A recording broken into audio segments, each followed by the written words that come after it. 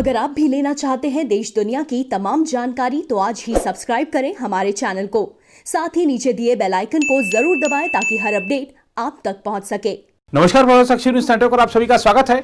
आपने बॉलीवुड फिल्म का एक गाना जरूर सुना होगा, मैं चाहे ये करूं मैं चाहे वो करूं मेरी मर्जी। डोनाल्ड ट्रंप के लिए भी यही फिट बैठता है।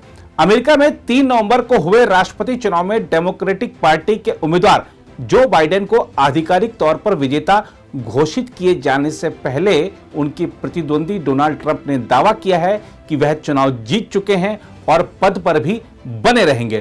ट्रंप चुनाव में मतदान के फर्जीवाड़े समेत धोखाधड़ी के आरोप लगाते आ रहे हैं।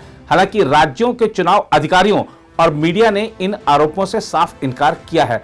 बाइडेन 538 में से 306 इलेक्टोरल वोट जीत चुके हैं। बाइडेन के पास राष्ट्रपति बनने के लिए आवश्यक 270 से ज्यादा इलेक्टोरल वोट हैं, इसलिए चुनाव अधिकारी उन्हें नवनिर्वाचित राष्ट्रपति घोषित कर चुके हैं।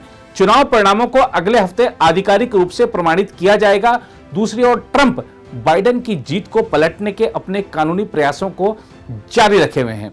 कोविड-19 टीके संबंधी एक कार्यक्रम में मंगलवार को ट्रंप ने व्हाइट हाउस में संवाददाताओं से कहा, उम्मीद है कि अगला प्रशासन ट्रंप प्रशासन ही होगा, जिसने स्टॉक मार्केट को अब तक के सबसे ऊंचे स्तर पर पहुंचाया, अब तक के सर्वाधिक रोजगार दिए और सेना का पुनर्गठन किया। ट्रंप से पूछा गया था कि उन्होंने बाइडेन के हस्तांतरण दल को इस कार्यक्रम में आमंत्रित क्यों नहीं किया है। तब उन्होंने कहा, देखना होगा कि अगला प्रशासन किसका होता है। उन्होंने कहा, उम्मीद है कि अगला प्रशासन ट्रंप प्रशासन ही होगा, क्योंकि आप हजारों मतों को चुरा नहीं सकते, आप इस तरह चुनाव जीत नहीं सकते। ट्रंप ने कहा कि उनके शानदार कार्यों की वजह से उन्हें जीत मिली है। राष्ट्रपति ने कहा कि उन्हें करीब 7.5 करोड़ मत मिले हैं, जो किसी भी राष्ट्रपति के लिए देश के इतिहास में सर्वाधिक है। यानी कि ट्रंप कह रहे हैं कि मैं राष्ट्रपति था, राष्ट्रपति हूं और राष्ट्रपति रहूंगा।